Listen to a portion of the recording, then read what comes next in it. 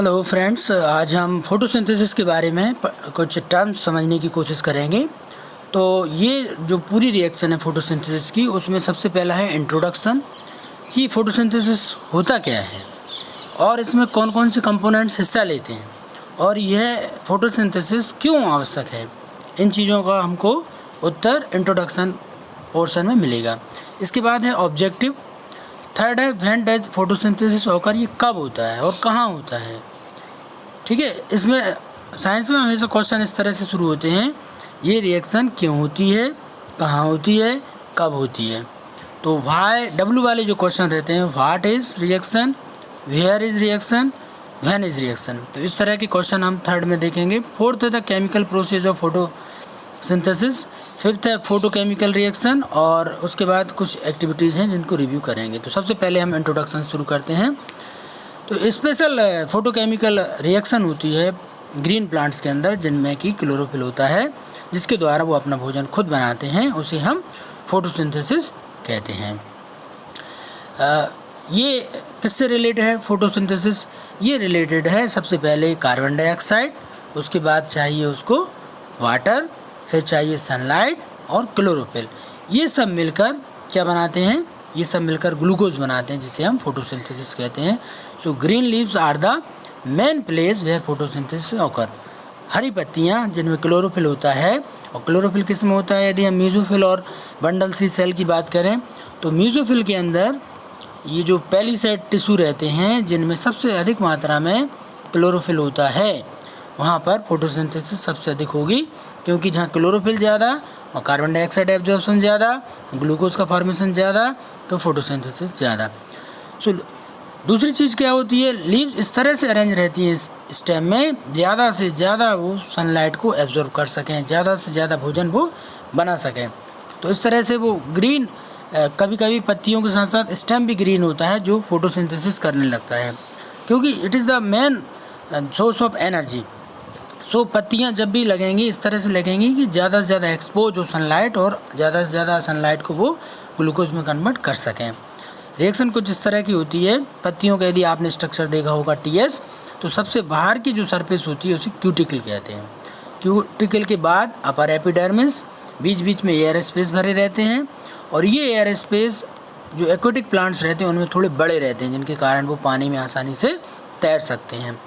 ये जाइलम और फ्लोएम है, जिसको हम वास्कुलर बंडल कहते हैं, VB वास्कुलर बंडल, और ये लोअर एपिडर्मिस है। प्राय ये देखा गया है कि स्टोमेटा हमेशा लोअर एपिडर्मिस पर ज़्यादा रहते हैं, और लोअर एपिडर्मिस पर हमेशा आप डाइकोट प्लांट में देखेंगे स्टोमेटा की संख्या क्या रहेगी? ज़्यादा रहेगी। फोटोसिंथेसिस भी वहाँ पर ज़्यादा होता है। ये स्ट्रक्चर है स्टोमेटा का। यहाँ पर आप देखेंगे ये जो बीच की दरार दिख रही है, इसको स्टोमा बोलते हैं। स्टोमा गार्ड सेल के द्वारा कवर्ड रहती है। ये इस तरह की गार्ड सेल्स रहती हैं, और गार्ड सेल्स के पास क्लोरोप्लास्ट पाया जाता है, इनमें क्लोरोफिल होता है, फोटोसिंथेसिस का काम करते हैं। नियर बाई सेल को सब्सिडरी सेल्स कहा जाता है। तो स्टोमेटा है, these are the actual site of respiration, जिसमें गैसियस एक्सचेंज होता है, वो क्या है? स्टोमेटा है। इसके बाद बात करेंगे हम palisade mesophyll cell with chloroplast. ये पेलिसेड मेसोफिल का नाम ध्यान रखिए, परीक्षा में पूछा जाता है। Mesophyll leaf cell content chloroplast. इनमें क्लोरोफिल ए होता है, जो फोटोसिंथेसिस के लिए ज़रूरी होता है। क्लोरोफिल ए अकेला ग्रीन कलर का नहीं होता, क्लोरोफिल ए के साथ कुछ और पिगमेंट भी पाए जाते हैं, जैसे कैरोटीन है, ज़ैंथोफिल है। ठीक है, इनके कारण क्या होता है? पत्तियों का रंग कभी कभी भूरे रंग का भी रहती हैं, लाल रंग की भी रहती हैं। तो इस पर मत जाइए कि पत्तियाँ हमेशा हरे रंग की रहती हैं। It depend on the presence of different various pigment, photo pigment. तो जिसमें ये क्लोरोफिल ए ज़्यादा रहेगा, कैरोटीन ज़्यादा रहेगा, तो वो ग्रीन कलर की रहती हैं। तो यहाँ पर आप देखेंगे ये जो पेलिसेड टिश्यू आपको दिखाई दे रहे हैं, सेलुलोज है, ठीक है, सेल वॉल है, ठीक, और ये सेल मेम्ब्रेन है। इसमें ये जो क्लोरोप्लास्ट है, इसमें फोटोसिंथेसिस होती है।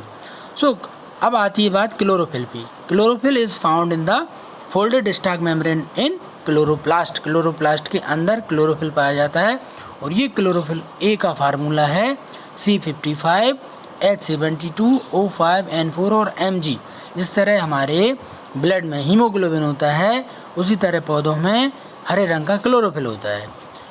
और ये जो फार्मूला है, इस तरह के हीमोग्लोबिन में आयरन होता है, यहाँ पर क्या रहेगा, मैग्नीशियम रहेगा।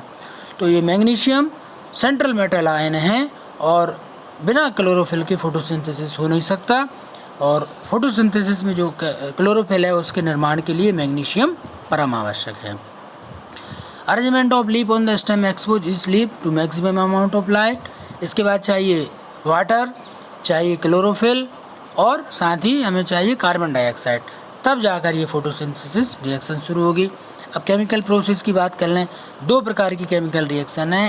पहली है लाइट डिपेंडेंट रिएक्शन, दूसरी है लाइट इंडिपेंडेंट रिएक्शन या डार्क रिएक्शन। अब ये डार्क रिएक्शन का मतलब, ये लाइट इंडिपेंडेंट रिएक्शन का मतलब, नाम पे मत जाइए। Light independent reaction does occur in the presence of light. नाम भले उसका डार्क रिएक्शन हो, लेकिन डार्क रिएक्शन लाइट के प्रेजेंस में भी हो सकती है। तो फिर इसका नाम ऐसा क्यों दिया गया है? इसका नाम इसलिए दिया गया है, देखिए दो चीज़ें होती है। जब भी फ़ोटो खींचता है तो पहले नेगेटिव बनता है, नेगेटिव का बाद में डेवलपमेंट होता है और एक रियल इमेज आपके सामने आती है। वैसे ही फोटोसिंथेसिस में सबसे पहले जब एक्सपोजिंग होगा सनलाइट का, तो पहले नेगेटिव बनेगा, यानी रॉ मटेरियल बन जाएगा।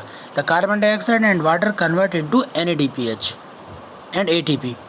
बाद में इन NADPH और ATP का काम डार्क रिएक्शन में होगा, अंधेरे में होगा, शाम के समय होगा, क्योंकि सूर्य हमेशा उपलब्ध नहीं है। तो जैसे सनलाइट होती है, पौधा कोशिश करता है ज़्यादा से ज़्यादा मटेरियल में स्टोर कर सकूं। जैसे हम गाय भैंस के सामने सांदी रखते हैं, तो वो क्या करते हैं, ज़्यादा से ज़्यादा खाने की कोशिश करते हैं। अभी पच नहीं रहा है वो, अभी केवल क्या करते हैं, वो अपने स्टमक में स्टोर कर लेते हैं। पचने का काम फिर इंटेस्टाइन में होगा। इसी तरह ग्रीन प्लांट्स भी क्या करते हैं, पत्तियाँ क्या करती हैं, पहली सीड में ज़्यादा से ज़्यादा कार्बन डाइऑक्साइड और वाटर से NADPH बना के रख लेती हैं। बाद में इसी को लाइट रिएक्शन कहते हैं, NADPH बन गया। बाद में इस लाइट रिएक्शन का जो प्रोडक्ट है NADPH, अब इस पर काम होगा डार्क रिएक्शन में। लेकिन डार्क रिएक्शन हमेशा अंधेरे में होती है, ये सही नहीं है। तो लाइट और डार्क रिएक्शन में आपको समझ में आ गया होगा।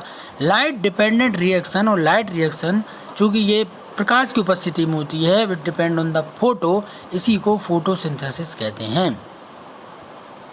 और ये वहीं होती है जहाँ पर पेरिसीड टिश्यू हैं ग्रीन प्लांट के, ठीक है, जिनको हम ग्रेनम भी बोलते हैं। यहाँ पर ये क्या प्रोड्यूस करते हैं, ATP प्रोड्यूस करते हैं, और पानी जो है वो H+ और OH आयन में टूट जाता है। और ये इसका काम आगे होगा कहाँ, डार्क रिएक्शन में काम आएंगे कौन कौन, H+, OH-, NADPH और ATP। इसके बाद लाइट रिएक्शन को यदि ब्रीफली देखें, in the light dependent reaction carbon dioxide and water are substrate. Radiate energy absorb होती है क्लोरोफिल के द्वारा, और बाद में ये high energy storing molecule ATP NADPH में बदल जाती है, और इनका अब काम होगा किस रिएक्शन में, डार्क रिएक्शन में। ठीक है, तो ये लाइट रिएक्शन हो गई। यहाँ पर वाटर टूट गया, किस में, वाटर टूट गया H+ और OH आयन में, हाइड्रोजन आयन और हाइड्रोक्सिल आयन में टूट गया। O2 गैस इस लाइट रिएक्शन में रिमूव हो जाती है। ये हमारा बाई प्रोडक्ट है, क्योंकि ऑक्सीजन जो है वो फोटोसिंथेसिस का बाई प्रोडक्ट है। ये रिएक्शन लाइट रिएक्शन में हो जाती है। अब बात करेंगे डार्क रिएक्शन की। द डार्क और light independent reaction are the synthesis part of the photosynthesis. Actual synthesis यही होगा। These reaction occur in the stroma. हमेशा ध्यान रखिए, डार्क रिएक्शन कहाँ होती हैं, स्ट्रोमा में। इसमें जो हाई एनर्जी मॉलिक्यूल है ATP और NADPH जो पहले बन गए थे, उनका अब आगे ग्लूकोज में कन्वर्जन होगा। Chemical energy stored in the bonds adenosine triphosphate, nicotinamide adenine dinucleotide phosphate.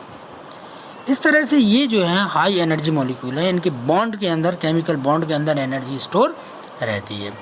ठीक है, from simple sugar form in the photosynthesis. अब ये sugar molecule complex carbohydrate glucose convert होगा सेलुलोज में, इनसॉल्युबल स्टार्च में, इस तरह से कन्वर्ट होता जाएगा।